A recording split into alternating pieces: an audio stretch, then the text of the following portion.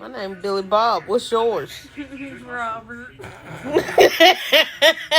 On a Saturday afternoon, October 18th, 2025, deputies in Ridgeway, Virginia, answered a welfare check call at 1159 Garrett Road. Inside, Rhonda Hairston Lockett's 17-year-old son, Malik Hairston, told them his mother needed help. When officers entered a bedroom, they discovered Rhonda dead. 2 days later, on October 20th, 2025, law enforcement identified her estranged husband, Joseph Chad Lockett, as the primary suspect. That evening, at approximately 5:45 p.m., tactical teams surrounded his residence at 225 Nibblett Drive in Martinsville. After a brief standoff, Joseph exited with his hands raised and was taken into custody. He now faces charges including first-degree murder, use of a firearm in the commission of a felony, and possession of a firearm as a violent convicted felon. The events leading up to the fatal call remain unclear. What was brewing before that day, and how much had the danger really escalated? Stay with us as we unravel this shocking story and uncover the heartbreaking details of what led to this senseless loss. Before we begin, let us know in the comments. Where are you watching from? And what are your thoughts as the story unfolds? Welcome to True Crime Tales, where we reveal the crimes that shock communities and the secrets hidden behind closed doors. These are real people, real events, real consequences. Hit subscribe and turn on notifications. You won't want to miss what's coming next. Now let's begin. Rhonda Hairston, also known as Rhonda Lockett, was a resident of 1159 Garrett Road in Ridgeway, Virginia. At the time of her death, she was the mother of a 17-year-old son who lived with her. Details regarding her extended family, professional life, and social involvement remain limited. While it is possible she participated in community or church activities, public records and media reports provide little information regarding her broader personal or professional engagements. Her known family structure centers on her relationship with her teenage son, who would later become a key witness in the events surrounding her death. Rhonda's relationship with Joseph Chad Lockett, her estranged husband, is central to the circumstances of her death. The two had been in a relationship, though the precise duration and nature, whether marital, cohabiting, or otherwise, have not been fully documented. At the time of her death, the relationship had ended, and she was living separately from Joseph. Investigative threads indicate a need to examine any prior incidents involving domestic disputes, potential restraining orders, or interactions with law enforcement that may provide insight into the dynamics of their relationship. Her character and personal vulnerabilities are not fully documented, leaving gaps in the public understanding of her daily life and interactions with Joseph. It is unclear whether she had been aware of potential threats posed by him or whether she had sought assistance or protection prior to the homicide. Exploring these factors may shed light on the potential warning signs leading up to the incident and the measures, if any, she took to secure her safety. Joseph Chad Lockett, 40 years old at the time of his arrest, was identified as the primary suspect. He resided at 225 Nibblett Drive in Martinsville, Virginia.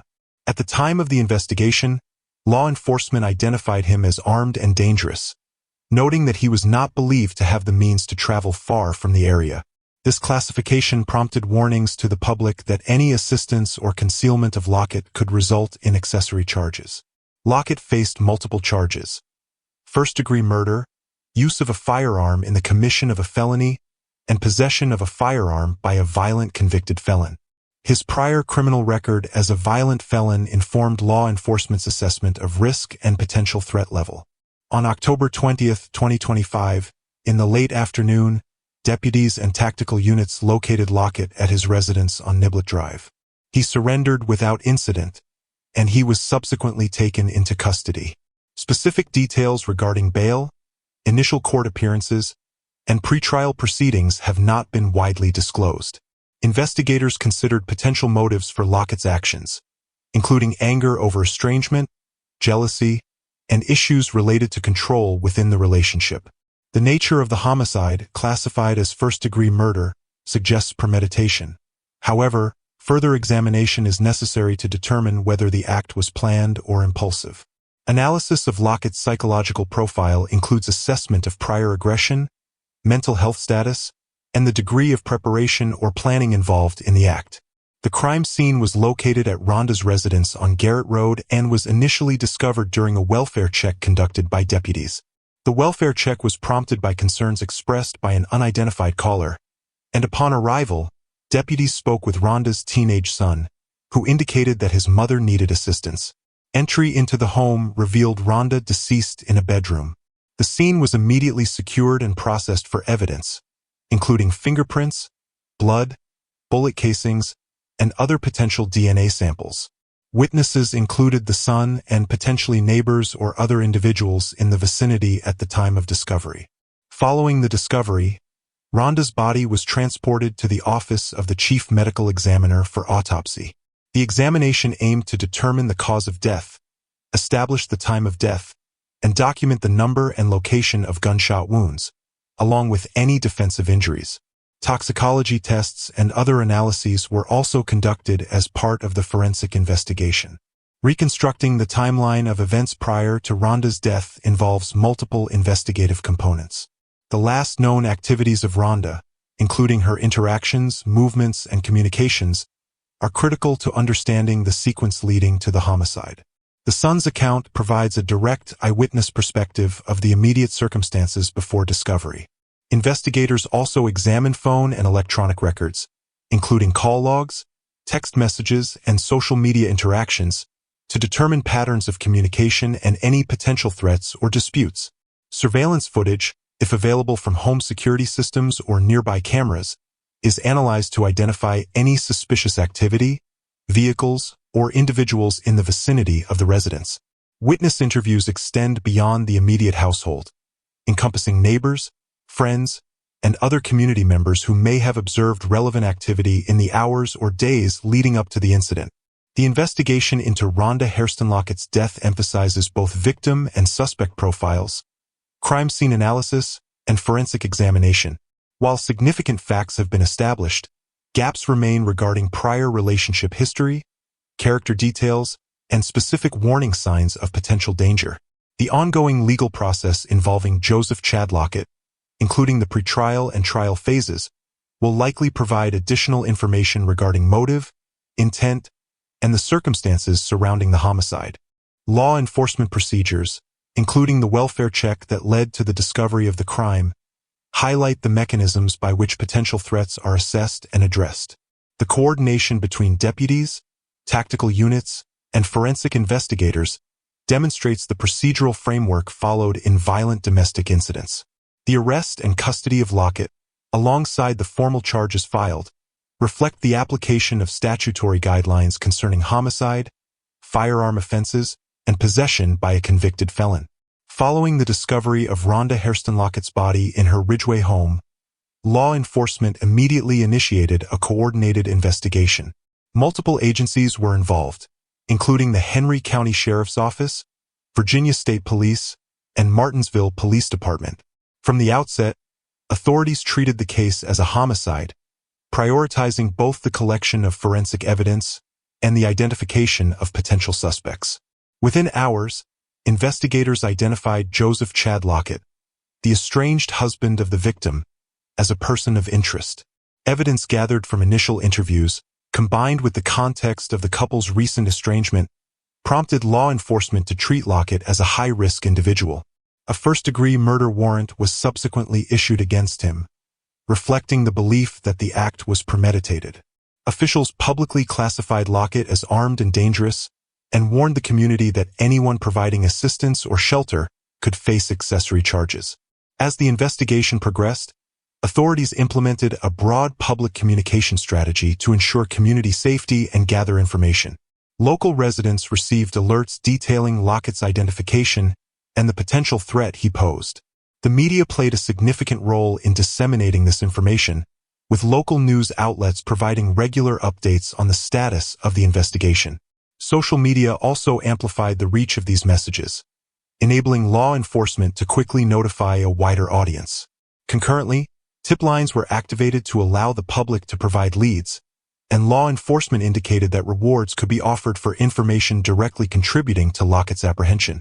These combined efforts served to engage the community while maintaining vigilance around the suspect's whereabouts. The active investigation soon yielded actionable intelligence. Law enforcement received a credible tip regarding Lockett's location at a residence in Martinsville. Tactical units were deployed to contain the area and implement a controlled approach to his apprehension. The operation was structured to minimize risk to officers, the public, and the suspect. A standoff ensued, during which law enforcement maintained containment while attempting to negotiate a surrender. Ultimately, Lockett exited the premises voluntarily, with his hands raised, and was taken into custody without incident.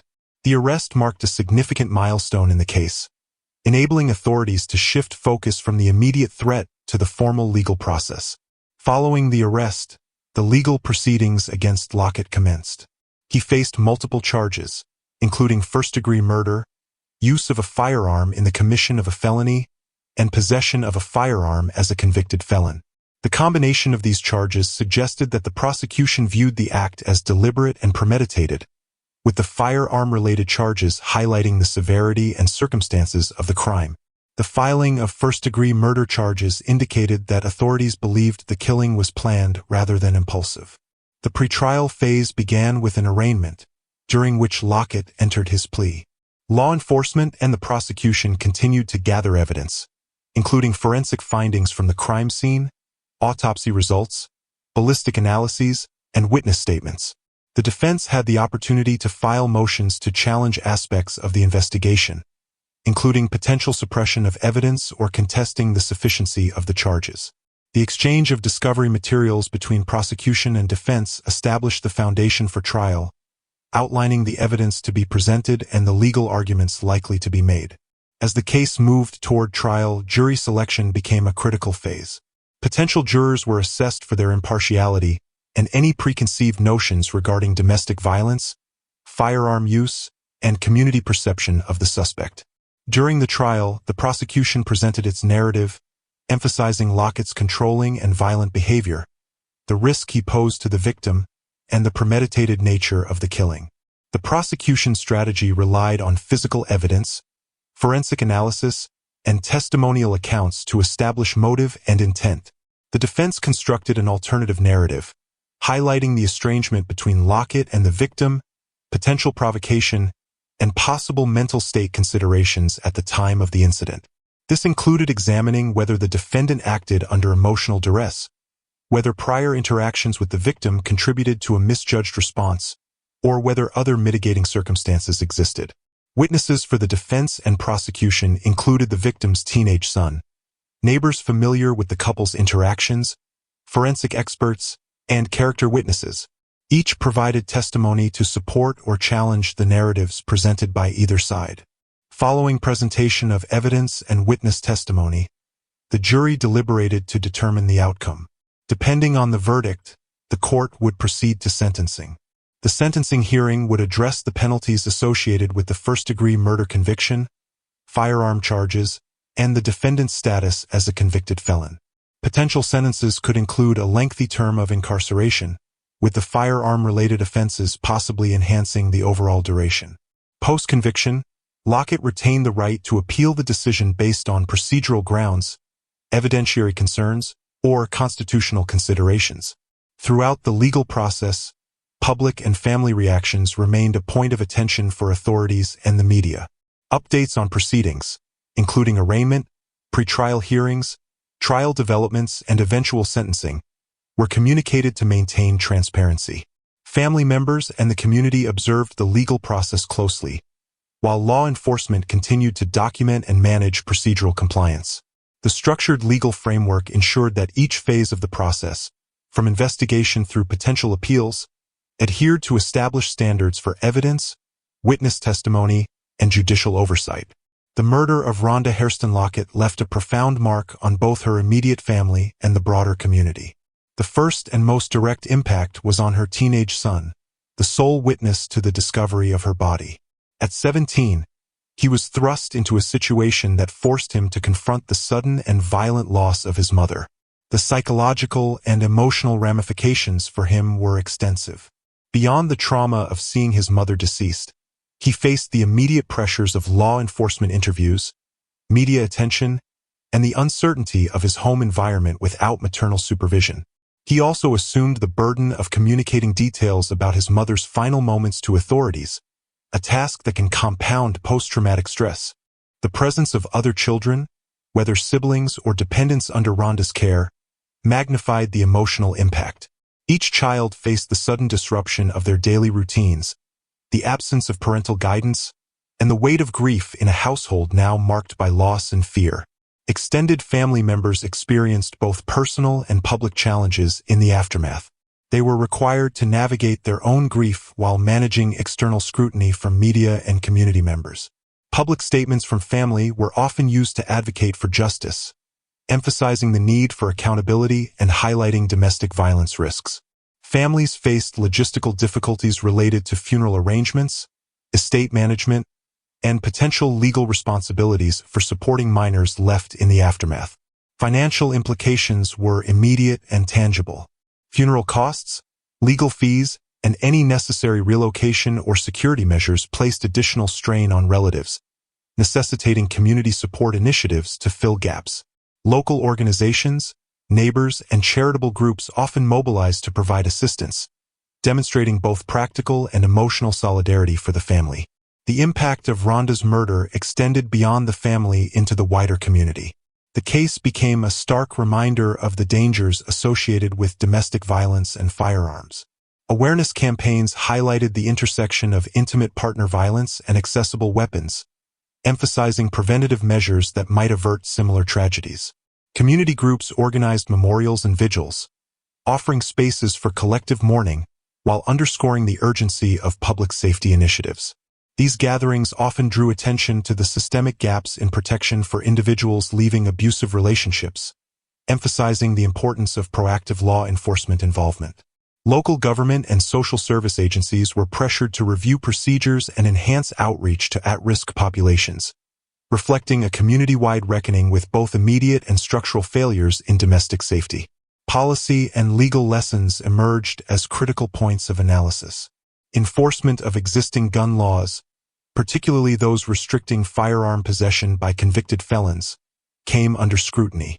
The case demonstrated vulnerabilities in the monitoring of individuals previously deemed a threat to public safety. Protective measures for domestic violence victims, including restraining orders, emergency shelters, and rapid response protocols, were evaluated for efficacy. Welfare check procedures, such as the one that ultimately led deputies to Rhonda's home, were examined for timeliness and thoroughness, with risk assessment protocols highlighted as potential areas for improvement. Community education programs were proposed and reinforced, aiming to empower citizens to recognize warning signs of domestic violence, understand the legal protections available, and report concerns effectively. These lessons underscored the multifaceted approach required to prevent similar tragedies and to hold accountable those responsible for systemic gaps. Unanswered questions remained a significant component of the case, shaping both investigative efforts and public discourse.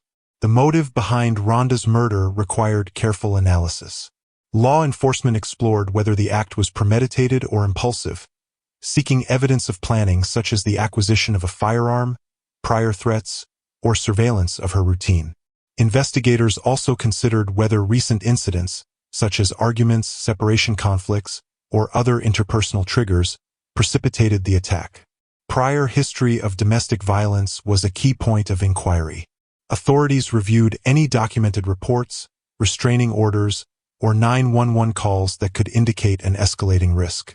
The suspect's criminal background was also examined to understand patterns of behavior, particularly with respect to violent felonies, prior convictions, and prior interactions with law enforcement that might have signaled potential danger. Forensic gaps were another area requiring close attention. Investigators analyzed details surrounding the recovery of the weapon, including chain of custody, serial number verification, and whether it had been legally obtained or illegally possessed. Autopsy reports provided essential data on the number of shots fired, the distance from which the firearm was discharged, the presence of defensive wounds, and other indicators of struggle or resistance. Witness testimony beyond the immediate household was sought to reconstruct the timeline of events, identify potential corroborating observations, and ensure no critical detail remained undiscovered. Psychological and behavioral profiling of the suspect contributed to a deeper understanding of the circumstances surrounding the homicide. Authorities examined the suspect's mental health history, patterns of aggression, and prior behavioral indicators that could suggest a propensity for violent escalation.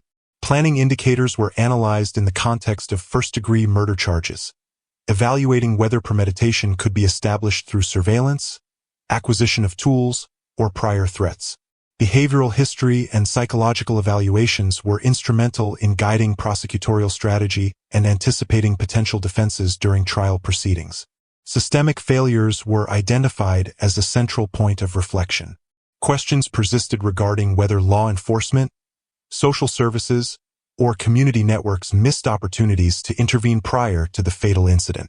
Analysts examined whether prior calls, complaints, or warning signs were sufficiently addressed, and whether coordinated action across agencies could have prevented the homicide.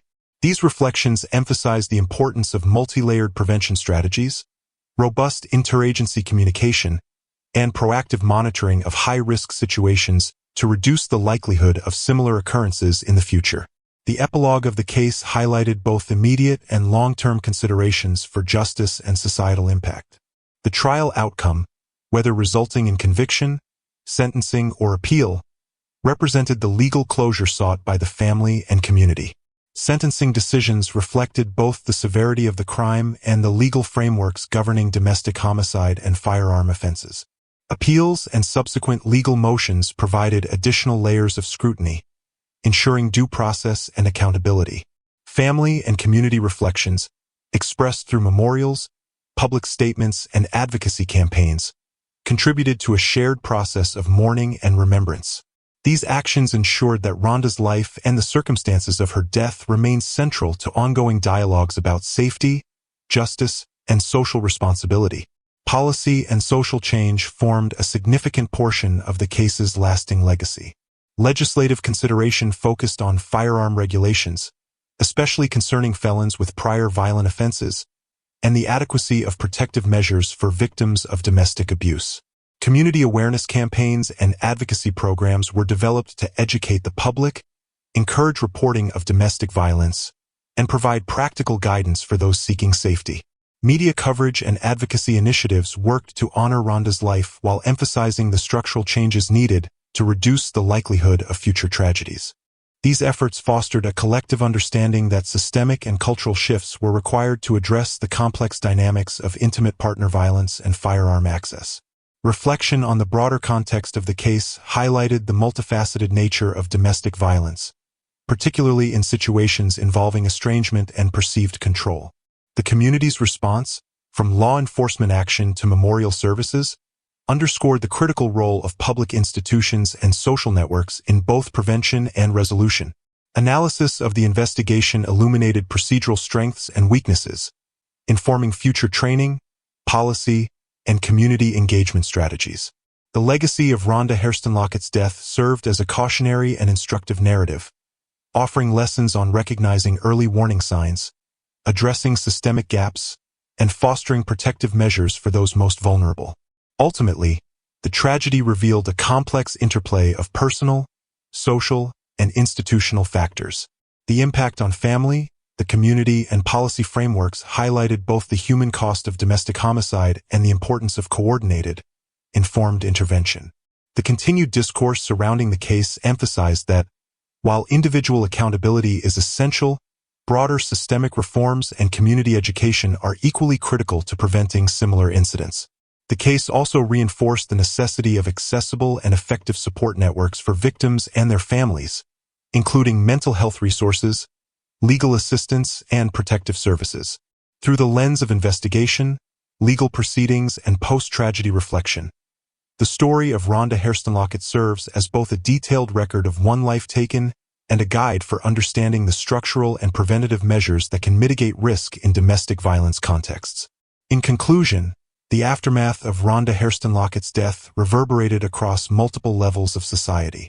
The immediate effects on her children and extended family highlighted the profound personal loss and logistical challenges that follow violent crime. The community's response demonstrated both concern and a commitment to increased awareness of domestic violence and firearm risks. Policy and legal lessons prompted discussions on enforcement, prevention, and education. Investigative threads regarding motive, prior history, and forensic analysis illustrated the complexity of domestic homicide cases and emphasized the need for comprehensive approaches to risk assessment and intervention. Ultimately, the case's epilogue and reflections provide a framework for understanding the systemic, personal, and societal consequences of domestic violence, offering lessons intended to prevent future tragedies and honor the memory of the victim. If you found this story as gripping and heartbreaking as we did, don't forget to like this video and share it with others. And if you want to hear more true crime stories that uncover the mysteries behind these tragic events, make sure to subscribe to our channel and turn on the notification bell. You won't want to miss our latest stories, updates, and discussions.